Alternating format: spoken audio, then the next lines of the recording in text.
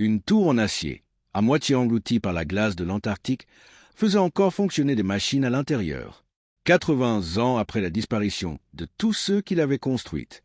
Au cœur de la structure gelée, derrière une porte blindée hermétiquement scellée, un appareil diffusait un signal qui ne s'était jamais arrêté, pas une seule fois, depuis le jour de sa mise en marche.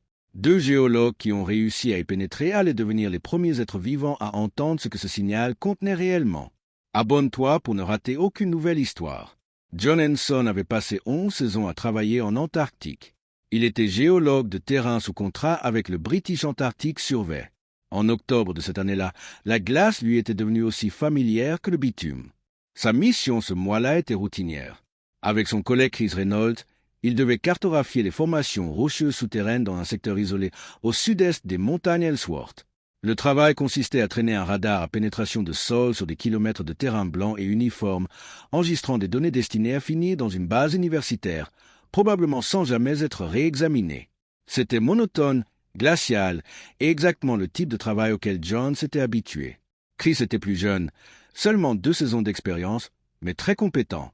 Ancien ingénieur en électricité, il était particulièrement doué pour analyser les signaux radars.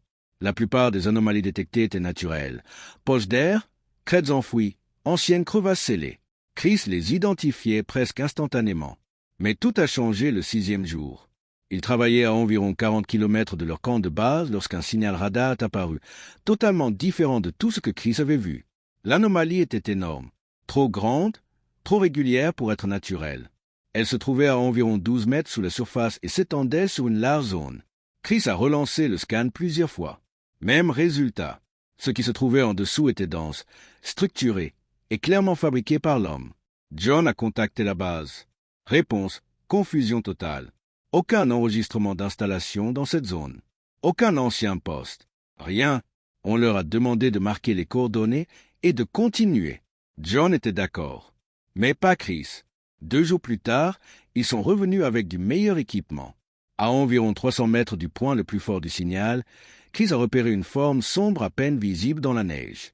Une tour en acier. Environ 4 mètres dépassait de la glace. Le reste était enterré. Le vent avait dégagé un côté, révélant des plaques métalliques rivetées et un emblème effacé. Ils ont envoyé la photo. Réponse rapide depuis Cambridge. C'était une balise maritime datant des années 1940-1950. Ces stations avaient été abandonnées depuis longtemps, mais celles-ci avaient simplement été oubliées.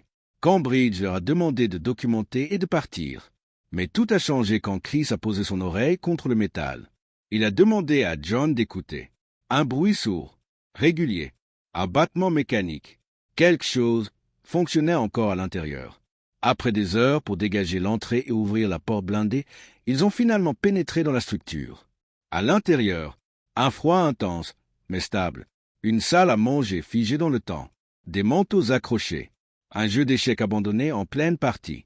Une chambre avec des lits faits. Des objets personnels encore en place. Comme si tout s'était arrêté d'un coup. Puis le bruit. Plus fort. Plus profond. Ils ont suivi, se sont jusqu'à une porte renforcée. Des inscriptions en cyrillique. Russe. Derrière la porte, une salle encore active. Des machines allumées. Des lumières qui clignotaient. Un énorme émetteur radio. Toujours alimenté. La source d'énergie? Une batterie nucléaire expérimentale datant de la guerre froide. Elle fonctionnait depuis 80 ans. Le bruit venait d'un ancien enregistreur mécanique, bloqué en boucle, toujours en train de rejouer le même message. Chris a augmenté le volume. Une voix, faible, déformée, mais humaine. Un homme parlant russe et anglais approximatif. Il donnait des coordonnées, demandait de l'aide, décrivait des pannes, suppliait qu'on lui réponde. Le message durait 90 secondes, puis recommençait, encore et encore, depuis des décennies. Une voix qui attendait un secours qui n'est jamais venu. Une enquête internationale a révélé la vérité. Une équipe soviétique avait été secrètement installée là dans les années 1950, puis abandonnée, sans extraction confirmée, sans secours. Ils ont enregistré leur appel, mis en boucle et attendu. Leurs corps n'ont jamais été retrouvés. La station a été refermée, les équipements récupérés, et John est retourné travailler sur la glace. Mais une chose avait changé. Il ne portait plus jamais de casque. Il préférait écouter le silence. au cas où quelque chose, quelque part, essaierait encore d'être entendu. Et toi, tu serais entré dans cette station, où tu aurais fait demi-tour